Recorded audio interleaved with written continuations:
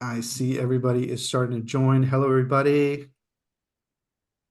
I'm just gonna give everybody like a couple more seconds to jump in here. I see everybody starting to trickle in. This is the most exciting part. And I see everybody joining. It's so cool. So let's go ahead and kick things off. So hello, everybody. It's Friday, May 3rd. It's just over 10 a.m. Eastern. And we're live for the last episode, part 3 of the State of Social Listing 2024. I'm your host, Sukhera. And the theme for me today is gratitude. I'm feeling grateful for all of you joining us today. I see so many of you out here. You guys drop in the chat where you're joining from, what company you're from, but join in the conversation. I'm feeling grateful for all the amazing speakers that have been able to grace the panels that we've been putting together. And I want to say cheers to all the supporters and well-wishers of the platform. Thank you guys. Thank you guys for everything. This is going to be like a really awesome wrap up to the event series. Now, for those who don't know, I am the CEO and co-founder of PR, which is a media intelligence company based in New York, calling out an elephant in the room, which is that everyone's got data and reporting these days, yet nobody seems to know what to do with it. So interestingly enough, we've conducted surveys with over 1,000 public relations, communications, marketing, and social media professionals across the US and found that measurement bias, which is a bias of measuring what's available rather than what really needs to be measured, was a very serious problem facing those, especially at larger organizations. And we do a lot of heavy lifting for our clients for a fraction of what the big media monitoring companies charge. And you can visit www.pr.co for more details. A little bit of housekeeping. So guys, if you're new to the session, it's all about interaction, participation. There's a lot of formal one-way webinars out there. This is not one of them. So please get involved. If you're here, use the chat. Let's take a look on the chat in the meantime here. I see those messages are popping up. Oh, okay. Let's get this. Also, if there's any technical problems, like a drop in connection, please remain on the call. If there's any unanswered questions, of course, we're going to be able to take them one-on-one offline afterwards. After all, this is in our last episode, we did survive an earthquake live, so it's good to have a crisis plan just in case. Just a quick shout out to our sponsor partners who helped to spread the word on this initiative. Shout out to you. Chief among them is PR on the Go and the entire team led by the amazing Melanie Martin. Thank you, Melanie, for all your hard work and support. Hashtag Weedley Comms and Mike Klein. I see Mike. Philippe Bormans and Wag the Dog, absolute legend. And another legend, of course, is Faye Shapiro from Compro. Thank you all for making this possible. Today, I'm joined by a panel of absolutely brilliant, insightful, and fearless leaders in the social intelligence space. And let's go ahead and give them an opportunity to say hello. So first off, we've got Kim. Hey, Kim. Hello. Hey, everyone. That's all I'm saying for now. Next, we've got Chelsie. Thanks for having me, Tan. So excited to be here. Let's go. And last but not least, Paula. Hey, y'all. Let's get into it. Let's get into it. Awesome. So we're going to go ahead and kick things off with just throw you guys in the deep end. Let's start with Kim. Kim, you do a lot of analysis on social media. What is it that brands just don't seem to get? What you can do with social listening. I think even though social listening has been around for a long time now, almost as long as social media, a lot of the brands that I work with are still like in the infancy stage of social, and there's a tendency within the industry, even though social media is growing, for people to conflate brand monitoring with social media, and they are social listening, sorry, and they are two very separate things. They fall under kind of the same umbrella, but one is kind of putting a keyword in a search term, and then there's another one that is much bigger and broader and like 10,000 character Boolean strings that can give you insane levels of cultural insight. And I think most brands don't understand what you can get from social listening. It's still thought of as primarily a brand monitoring tool, or potentially like look in your category as well, but they don't understand the breadth of the data that's available and the insights that you can mine from there, and the kind of cultural takeaways that give you a long form vision as well as a shorter form responsive strategy.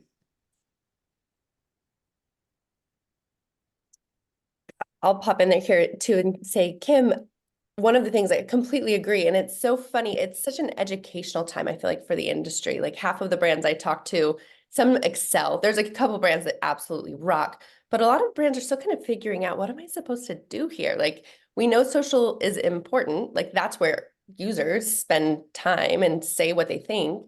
And we also know that social's changing rapidly, right? Like social right now is so different than social was 5 years ago. So I think there's kind of almost like a confusion with brands. It's like, I know this whole thing is important. This world matters, but like, so what? What do I do about it? How do I extract the most value out of it? How do I add the most value to my customers and consumers? I think it's been so interesting to go on this journey. And I love that we get to work with a lot of different brands because you see some really rocking. A lot of them are just trying to figure it out. I think from the brand standpoint, it's been really interesting because Oatly is such a purpose-driven brand, and we are so willing to go out there into culture and make big statements and be provocative. And I think that's where we're really looking to see what we can do and what takeaways are available to us because we're part of these larger movements like the plant-based movement, the environmental movement. A lot of those conversations happen and evolve really, really quickly on social media. So for example, there was just this big report that came out analyzing hundreds of thousands of posts about like the culture wars in the US, like just all of these crazy alt-right rabbit holes.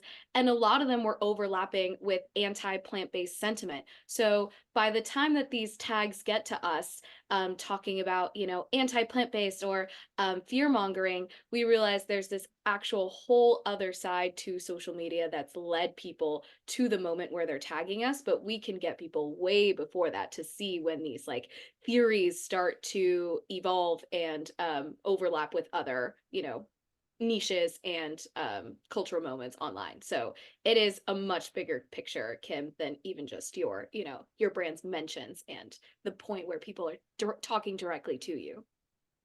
Paula, I think you're bringing up one of the most interesting features of social right now, and that's like the algorithms and how powerful they are and how much you can have a world built around you. Like take away social listening for a minute. Let's just put ourselves in the shoes of the consumers. Like I hop on whatever my platform is, right? TikTok, Instagram, Reels, wherever I am. And I see something so different than, what Kim sees and what you see, Paula, and what Tan sees. So like there's so many little micro worlds and rabbit holes and that people can get totally engrossed in. I just find that so fascinating because as a researcher or as a brand, you hop on, you kind of expect that the conversation looks a certain way, like here's the list of your mentions and that's all nice. But like when you actually get to open up and look at the data, the worlds that you can find and the cultural insights and the learnings you can get about consumers and their behavior, it always just blows my mind. And I don't think I've ever not been shocked or surprised by a social listening project just because of like the pieces of social that are kind of hidden from me as a consumer. Yeah, I think jumping on that point, one of the things that I find the most interesting about the filter world and algorithm world in which we live in now is no one seems to be very aware of the fact that they're under their own filter and algorithm world.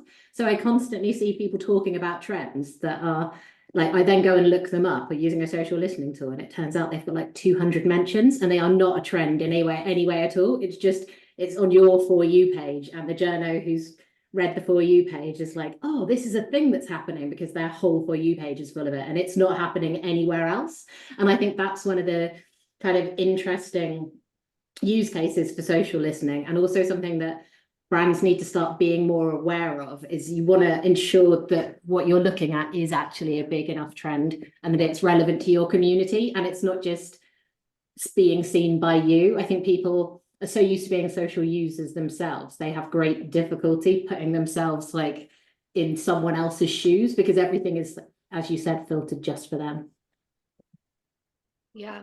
It's also like, it's a matter of like, is this the opportunity we think it is? But also, is this the crisis that we think it is? Like a lot of the times you just think that something is a huge issue or everyone's talking about this thing. And really it might just be a small flash in the pan, or it's something that is just going to blow over. So, you know, I just mentioned this anti-plant-based sentiment. We're getting a lot of it because all of those people are, you know, tagging the leader of plant-based, but we use social listening to say, okay, is this actually the huge issue that everyone is talking about that we think it is? Or is there actually a whole host of other people that have no idea what this culture war is about that we need to reach, that are kind of living in their own world and have no idea what any of these like trigger keywords even mean? Paula, think- I'd love to know. Oh, go ahead. Kim. No, I was just going to say, yeah, to Paula's point, the other thing that we need to consider alongside mentions is the platforms themselves. Because obviously not all social media networks are created equal, and Instagram is still basically like a closed garden. It's becoming more like TikTok, obviously, but it's not as wide and as open. It won't do the same level of damage as, say, Reddit can do, because Reddit's sticking around forever and is like integrated in search results. So to really understand what's happening with social, you need to understand, not just have the data and the insights, but then also be able to understand sort of the cultural, social, strategic part of it, to get a full 360 on how impactful those insights are based on the half-life of the content and the user base. Paula, I'm really interested in your like world, because you're at the brand, you're in the thick of things, and something like this, you know, plant-based anti-sentiment will come out. How does your organization handle it? Like, I know you see the data, right? And you're like in there and you're like the warrior on the front lines who actually sees it all. Are you able to really easily communicate it throughout your organization? Do people get what you do? Like, do people around you understand the value of social listening? I don't know. I'm always interested in how, you know, I know that there's the social listening people, but how does the brand kind of assimilate those learnings into how they think? Yes and no. It's both. I think we've gotten to the point where we have to, just because plant-based is no longer the darling that it was like 5 years ago when we entered the US. There's a lot more nuance. There's a lot more consumer preferences. So we do have to be really exact with our messaging and just be really, really in tune with what's going to resonate with people. So now it's a little bit easier and there's a little bit more interest because we really have to be on point. And also, milk is scared, big dairy is scared. They're putting a lot more resources into also, you know, they're sponsoring women's marathons and athletes and gamers. Like, they're finding their niches that they want to expand into. So we have to get a little bit better at that. But it hasn't always been like that, just because we haven't had to. Like, it was a little bit easier and we anticipated love coming in from everywhere. But now we're just having to really dial down and get better at who exactly we're talking to and like where these messages are coming from that aren't exactly in our favor.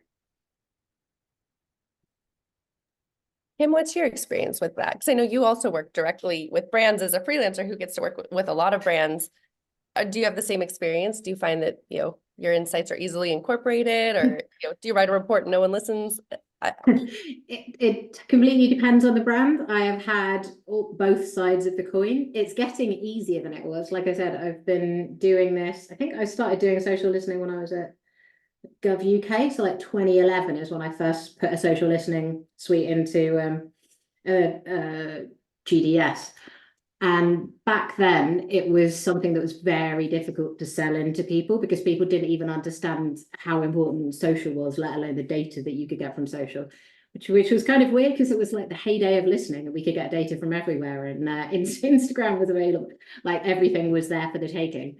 And then oddly, as things have moved forward and socials become more bigger and bigger and bigger, I thought that the trajectory with social listening would go the same way, and it really didn't. Like, up until a few years ago, I was still having to explain to my clients, like, up front, we really need to do some social listening beforehand, and we're not just doing like a competitor analysis and then putting our content out based on what other people are doing. And I think, given the samification of social media platforms now, so many people still aren't doing any social listening because that's why so much brand content looked so similar even before generative AI was a problem. But then I've also worked with other brands who totally get it, who come to you for social listening specifically, who are like, we've got a really tight brief. We want to understand the cultural impact of this, and then we want to be able to use that to build a strategy. So both sides of the coin. It's changing, but it's changing slower than I anticipated. Yeah, I've just found it to be so fascinating. I'm paying such close attention to just the changes in social media. Like I always joke, I don't know, 5 years ago, social was all about your network. And it was like, what are my friends from high school up to? I don't know, like what what did my mom eat for dinner? It was like, what did people I know do? But today, and I think TikTok has driven this, but again, it's everywhere. I don't see people I know that often on social media. Like it's not about my network and understanding my network. It's about engaging in communities. It's about being entertained by content. It's very informative. I've been using it more and more as search. Like I went to the gym the other day and instead of like looking up a workout, I was like TikToking like different like arm workouts and things like that. Or I had to change a spark plug in my car and I didn't Google it. I TikToked it. I like went to TikTok and I just said like spark plug car and I had a great video that showed me exactly what to do. So it's just been so fascinating, like as a researcher and at Viral Moment, building a research tool to address all of this. It's like we're in the middle of this paradigm shift. And it's so fun being a social listening like practitioner and like in this community because just what's possible and like what we can do with our data is changing so fast as consumer behavior changes. But I don't know, I'm interested, Paul and Kim, at what you guys think about like how do our roles evolve and how does what we need to do with our, tools and work evolve as the nature of social evolves? Mm-hmm.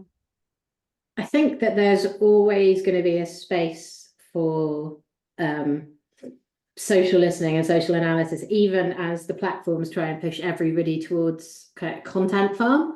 I think there was a weird split that started to happen as Twitter started to begin its grand demise, where I saw a lot of people lamenting the death of text-based social media, because there are some people who are not video people who don't feel comfortable with doing video and it's just not their vibe. And one of the things that I found sort of the saddest about the demise of Twitter was that suddenly the last bit of sort of social that was text-based was disappearing. And then I refuse to call it the other thing. I know I'm getting a crack out of you calling it X or Twitter.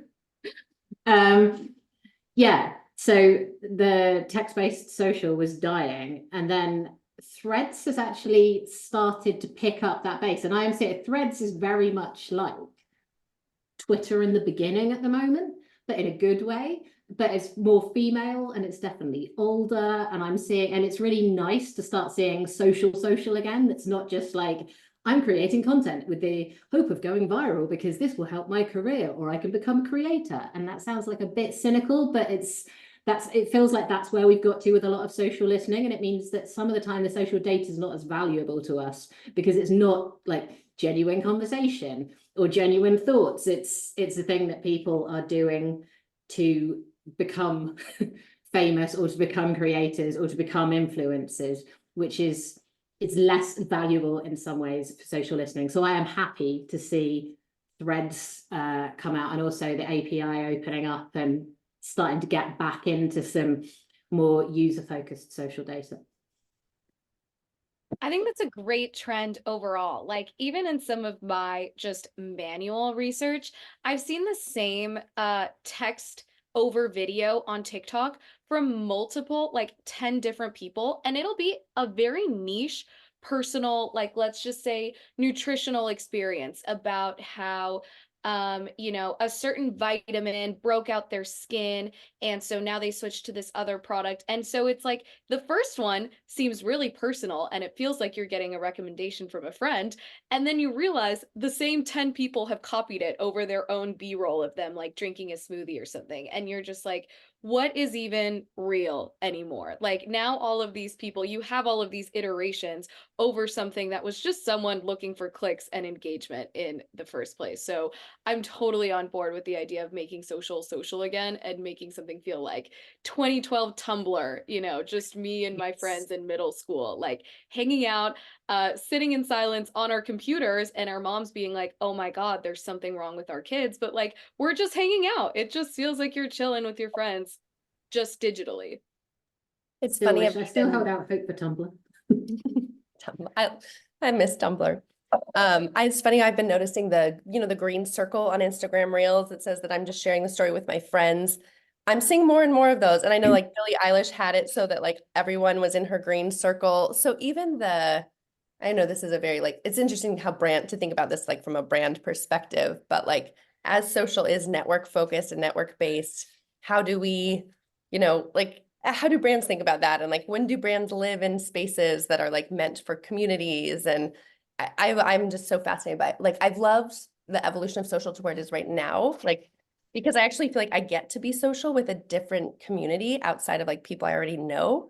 And then that is a community that's a little bit safer for a brand to be a part of. Like if a brand's in a conversation with my friends, I'm like, get out of here. Like this isn't like, this is silly. But like in my current world, I'm like, yeah, like I'm talking to people about, I don't know, something random I care about, surfing. I'm a big surfer. And if I'm in a surfing, conversation and community, but a brand also is, that feels okay, especially if it's a natural place where the brand would be. That's interesting. That's something we've really been figuring out how to walk that line, because there are people who absolutely love when a brand shows up and it feels like an honor, to have the attention of somebody at this brand caught onto your conversation or caught onto your piece of content. And then there are other people, like you said, Chelsie, who it feels like an invasion. And we've actually historically been very, very hands off. We never want to give somebody the feeling that we're monitoring or that we are jumping in to sell something or to like be promotional. So social listening for us in that way has been very new. Like we've seen the tags, we've seen the mentions, we've seen the bubbling conversations and just kind of left it. So it's been interesting to try it out now and see reactions from some people who are very accepting and they absolutely love it. And some people who are kind of on this more de-influencing wave where they're just like, I want the internet to feel like how it felt before. And actually, if a brand could sponsor or create a space for people to just hang out online, that would mean more than the brand actually like being present in the weeds. Yeah, that's interesting. It kind of makes me think too, this pattern I'm seeing originally, like when I started in social listening, community management and social listening were different. They were two separate things. Like they didn't, there might have been a little overlap, but it was two different verticals. And more I'm actually seeing like community managers housed within or around the social listening teams at brands. And I think like there's the pattern right now where like brands will jump in organic comments. Like we haven't even addressed the comments section, which is like a whole different like community-based place. But I'm seeing a ton of brands organically jumping in comments, and the video won't even be about them. It'll just be something like somewhat related to their space. But when the brand goes off, it seems to be generally appreciated. But I keep talking to people who've traditionally led social listening, who are now beginning to like lead or own or like be a bigger contributor to that space. Like how does the brand fit in the comment sections? That's been a really interesting pattern over the last, like, I'd say it's the last year and probably like in 2024 when I'm starting to really like see that pattern. What I like about this whole situation is that, so there are probably not that many people in this call who have been doing social since like before they gave it a catch-all name. But I am old enough to have been around at the very beginning and working in it from the very beginning. And when it first arrived, like when it was like, is it going to be Twitter or Dig? Like those days. And we were first using social for brand stuff. It was very much, because obviously we didn't have paid to rely on. So it was very much kind of the punk rock end of marketing. And it was all about having a community, but building a community and finding your space and like not being just an extractive capitalist person, but instead like forming a reciprocal relationship and actually valuing community. And over like the first few years that social was around, that was very much the vibe with community management. Like there weren't really social media managers. Everyone was a community manager because it was very much about that process. And then that started to shift as paid social came in and brands got quite greedy and didn't want to do the legwork and relied on paid social, which has created the like horrific ecosystem that we're all sort of stuck living in now that consumers hate, which I think is the reason we're seeing this move back towards what social was originally meant for, and that people wanting to cultivate a sense of community and brands actually finding communities that they belong in who aren't going to be weirded out by them being there, and reciprocal relationships between people with similar shared values. Totally. Yeah, we spoke a little bit about how you can use social listening almost in this meta way to analyze what consumers or audiences or anybody on social are saying about social media itself and the way that brands use social media. Like there are people out there saying, I don't like when brands do this. I really like when they do this. And that's kind of the position that I'm taking. So we're talking about not just the future of social media, but the future of businesses and consumerism in general. Like the way that co-creation is the future, not just brands talking at people and telling them, you want this because we forecasted this trend 12 months ago and you're going to want it by the end of next year. I promise, just wait till it comes out. Like that's just not how things are going to wait or how they're going to work anymore. And you can predict that shift in behavior looking at social media. Like all of these people are talking about that in real time. So it's not just throwing stuff at a wall and seeing what sticks. Like you can actually just go and see what people prefer because they're all out there talking about it in public, and like you can use those insights too in this larger like strategy focused way. Yeah, Yeah. I love that. We're really working on this concept of trend surfing right now at Viral Moment. We actually have a new free product, Trend Surfer. You guys should hit me up about it. But the whole point is like, can you actually surf a trend like you surf a wave? And can you see a trend coming? Kind of like you can spot a wave and know this is going to be a huge wave. Let's paddle in. And it's so fun. I'm seeing another shift kind of towards like predictiveness and like projection. I don't want to say predictive. I like to say projection. But it's really powerful. Like I've seen some really cool like reports lately and some outcomes from social where people are like calling what's going to happen. I love it. It's such a fun time for that. I'm gonna chime in here. I really love what you're saying. Also, guys, check out that free tool and reach out to Chelsie about that. It's just launched now, right, Chelsie? It actually literally next week is going to Next be out. week. So we have like Amazing. a couple people testing it right now, and I'm about 10 days out from like launching it'll free trend server. So everyone can go ahead and hop in and know what's trending online. Let's go. There's this like concept of unknown unknowns, that sort of a thing. Um, and so yeah, I think that's really critical. And that kind of brings me to a quick question that I wanted to just steer the conversation into, because I'm noticing there's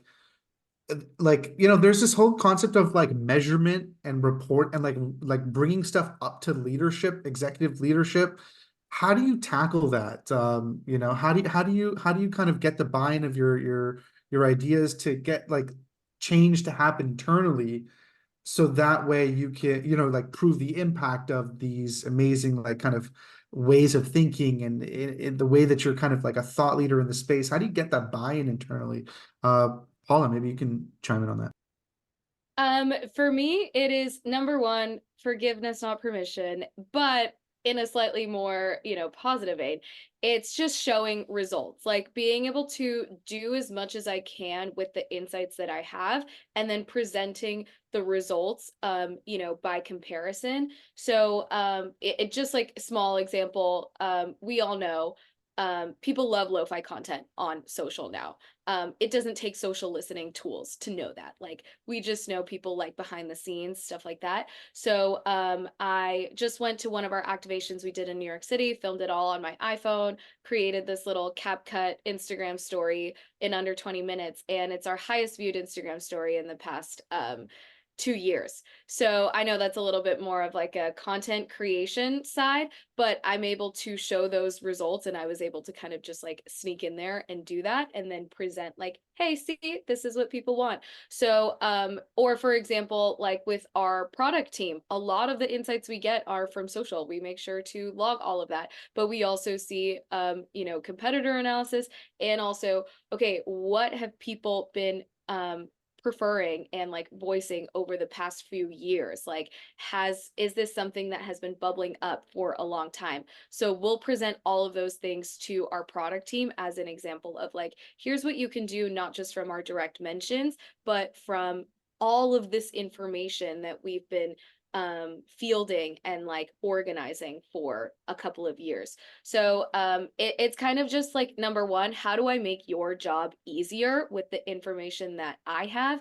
And number two, this is what people want to see and this is what they're talking about, and we are like responding directly to their preferences and interests. So it's just coming up with like answers and the opportunity instead of like, here's a problem, like, can we solve this or not? It's just kind of like, here, I already did it, I solved it, there you go.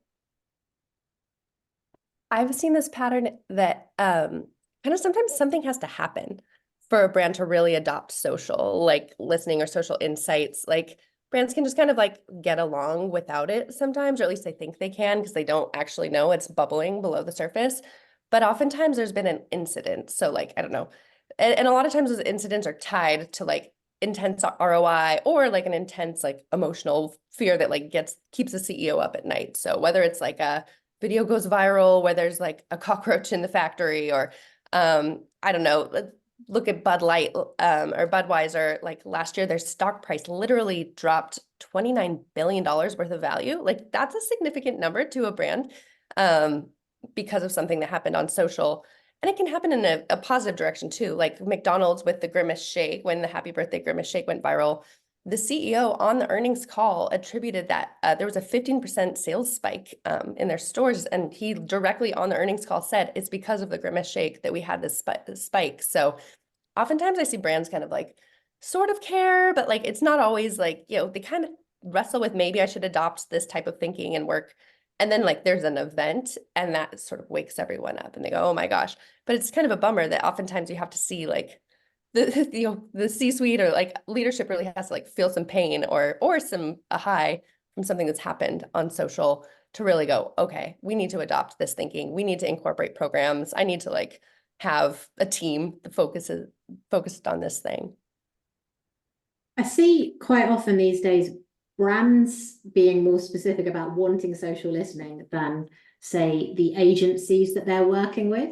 I've seen a spate recently over the last year of like being called in to go and help out agencies with social listening specifically for pitches and for briefs, because the brands themselves have requested social listening data as part of the pitch or brief process. And that's new. That's not something that was happening before. So I think there is a shift happening, and it is coming from quite high levels as well, because to have it included in pitch and brief process, it's not just like the community managers that are saying we need this.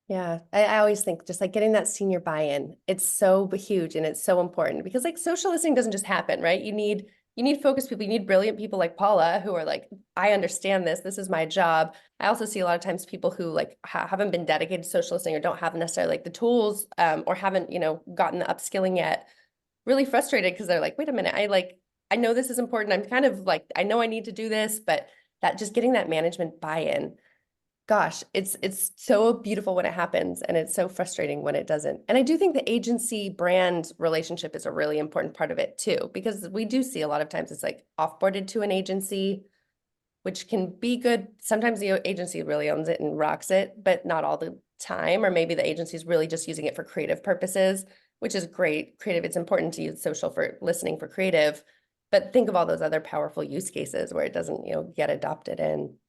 Paula, what are the big use cases at your organization that people are like when senior leadership pays attention?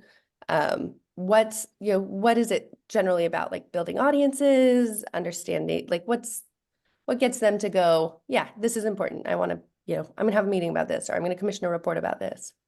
Well, it's funny that you mentioned this big incident or some sort of wake-up call, because that for us has been the sort of changing consumer adoption of plant-based. It's just not happening as fast as it was before.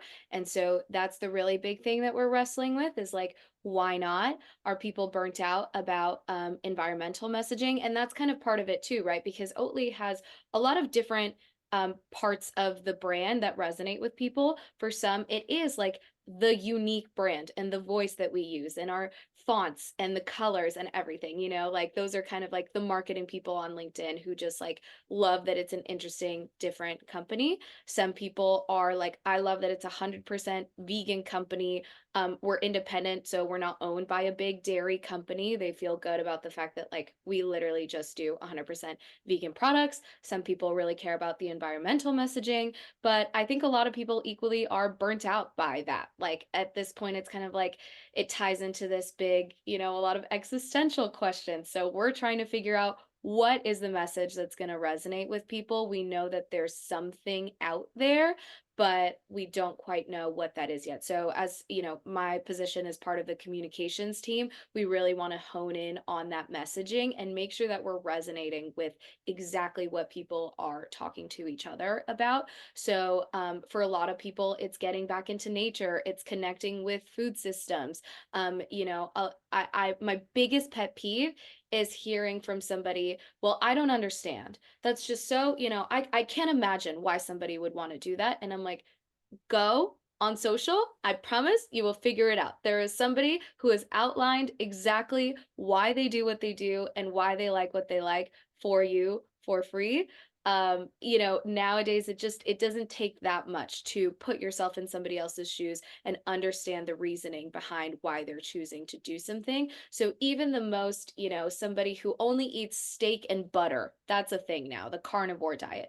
That's unthinkable to me, but I've taken the time to go, you know, see what that community is about. And now I get it. Now I understand that there is messaging that would appeal to them that wouldn't be far off from what we do, whether it's like, no, we're supporting farmers. We are, you know, interested in regenerative agriculture, just like you are. It's all about building those bridges and understanding what resonates with people. So to summarize, it's really just figuring out what that messaging is to stay relevant and to make sure we're actually like saying things that mean something to people. So that's a big picture. And then, like I mentioned too, like new products, just things that people are interested in. That's always really helpful. Or, you know, certain stores or formats that people want to see us in. That also helps. You know, it's kind of cool. It's like in the old, like before social listening was like as powerful as it is now, it used to be about focus groups and you'd like bring people in and like sit them down and ask them what they thought. And focus groups really tell you about like where have people been and a small sample of people. But social is telling us like what is everyone? It's not a sample anymore. Like it is, but it's a much bigger sample. Where are they going? Which is sort of fun. Like user research isn't about like what has been happening. It's about like what is unfolding, which is a really like cool thing. Kim, I know you do so much like really detailed like insights research, and I follow you closely on LinkedIn, Kim. I always see you posting like really cool insights about wildly different projects. What are you learning lately? Like what are some cool like insights that you're seeing about the world that you know that you've gotten recently? Oh, so there's a thing that I'm looking into at the moment that I think I'm going to do a massive deep dive into because I'm obsessed with it. While I was doing the cozy culture analysis, one of the things that came out of the cozy culture analysis was that there was like a tremendous amount of Gilmore Girls tagged content on Pinterest. Like it was like 200,000 posts a year still, even though it's 24 years since it aired. And I was like, so I then started getting obsessed with other like female focused TV shows from the golden age of TV, the second golden age of TV, particularly around like Warner Brothers shows. So I was looking at like Buffy and Veronica Mars, and I was looking at the volume of content that's coming out around all of them, like now, like in the last month. And there's still such a huge amount of conversation around these older shows. And then I went even deeper and I use a platform called Power Analytics to understand streaming service data.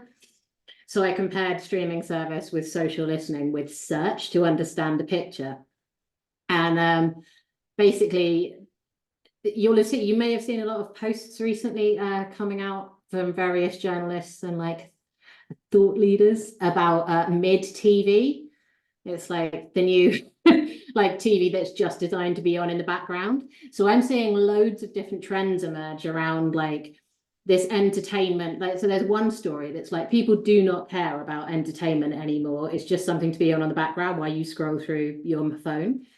But then we're also seeing, or I'm seeing at least, this social listening story that's supported by search data and to a certain extent the para-analytics data that says, but people are so interested in TV shows that were probably actually a bit better because they were designed to be watched and not designed to be put on in the background.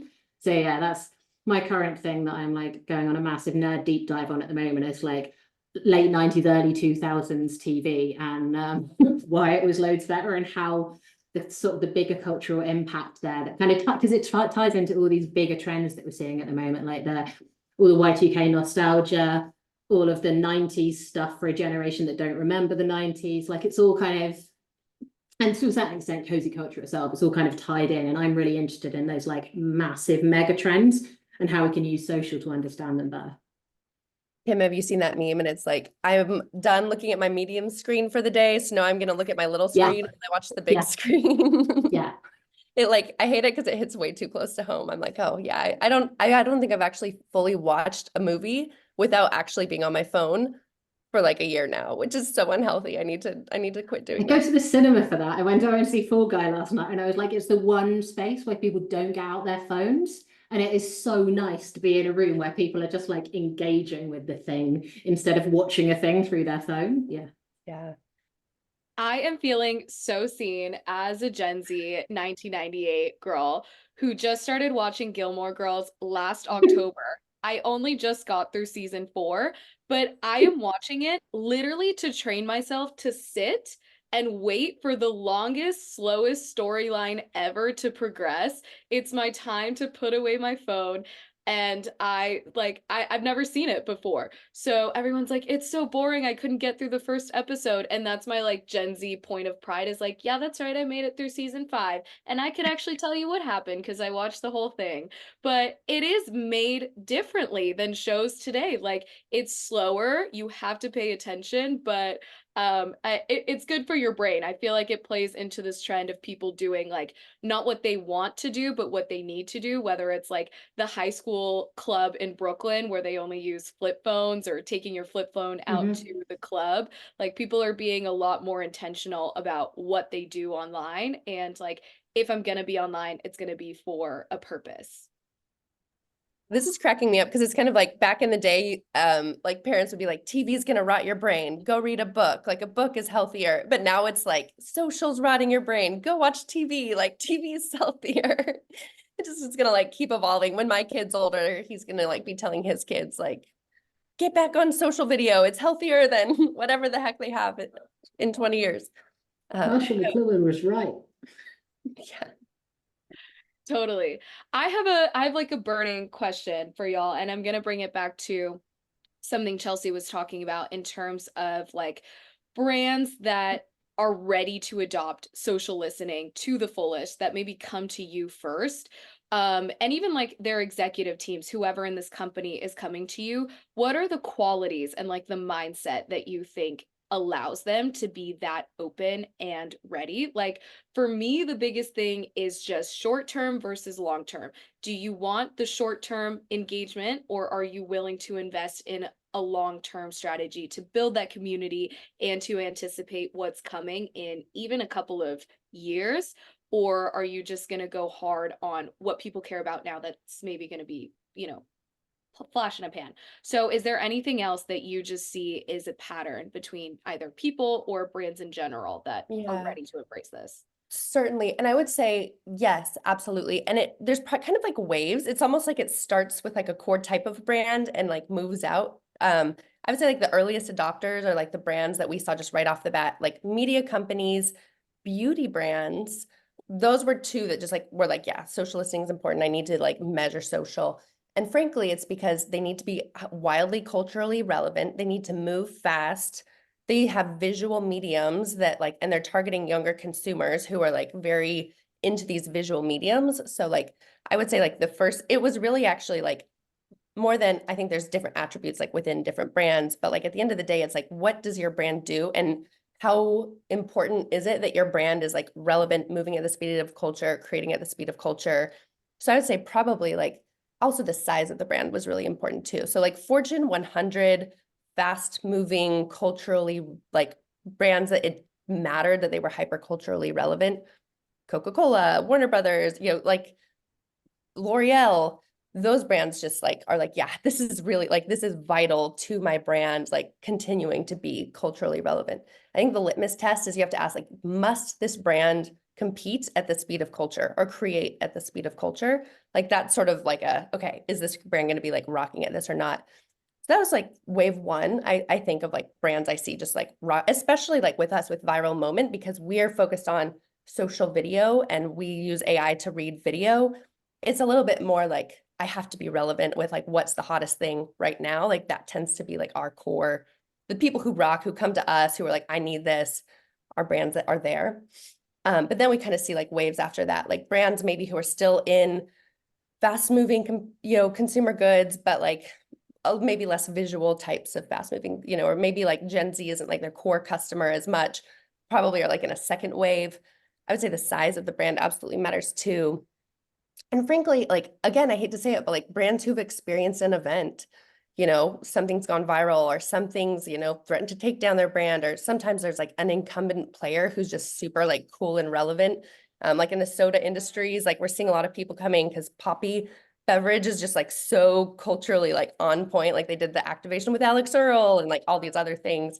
So it's sort of like when brands get a customer or like a competitor who's like a little bit scary and like really cool, that will also drive like more of that market to like adopt really cutting edge social listening and social measurement techniques. I don't know, Kim, what do you see with, you get to work with a lot of brands as well. Yeah, I think there's two different types, and I think there's I'd echo what Chelsie said about the kind of the early adopter brands that had to be in the social space because they needed to go up against competitors who were doing really well in that space. And then I think there's this other set of brands that have nothing in common besides the fact that all of the decision makers are like Gen X and early millennials aging into being the like high level decision makers in brands now and in marketing agencies. So we're seeing people that like either grew up with social or at least were on social from the very beginning, so understand the value intrinsically, and that's not something we had before. I think like even 5-10 years ago, to get buy-in from like the senior leadership team, you were often, it's like when you see people like trying to get Congress to understand how TikTok works, it's not just not the vibe. But these days we're seeing like a lot of people from like in their early 40s through to their like mid 50s who've been around since and using social since like their early like work days. So I think, yeah, that's the other part of the other like flip side of the coin. It's like, so there's the brands themselves, and then there's the kind of aging of the team and the value that they understand in it intrinsically. The other piece to this though that's really cool that I just like, I'm so grateful for like the social intelligence community, because it has been such a community like that. I like more than I've lived in a couple professions, and like the social intelligence people, like they care about each other, they share with each other, like best practices are often being shared. So it's just been so like nice to see that, you know, someone in social intel at this company will share best practices with this company, and they'll like everyone kind of talks and shares. So randomly, like another dynamic that I've seen about like brands getting buy-in and people really like getting lifted up as social intelligence leaders has been just, have you tapped into communities? Are you getting best practices? Like, do you have word of mouth from, you know, your friends who are also social intelligence leaders, but at other brands? So I just think the community in this industry is so incredible and like nothing I've ever seen before. And the support and like the cross network that like is available is really cool. So I've seen a couple like leaders really tap into that and utilize that, and like it's a great way to like get again like buy-in, or like some of the brands that really like excel at social listening is because I just like their people are tapped into the core network and are like pulling those best practices. And you know, you shared that report, Paula, and like that was so cool. And like I'm sure like a couple people from this call can now like go show that to their bosses and say, whoa, look what's possible. Like we should try to like do the version of this for our industry. So I don't know, it's just been so cool to see like the sharing and the community matters for like individuals. Like we're all in our own little islands within our, you know, companies and brands. And being able to have like the ammo of like, well, this is what works here. this is what they're doing. That's cool. I'm going to go and try to implement like similar programs, strategies, reporting. That's been so powerful. Yeah.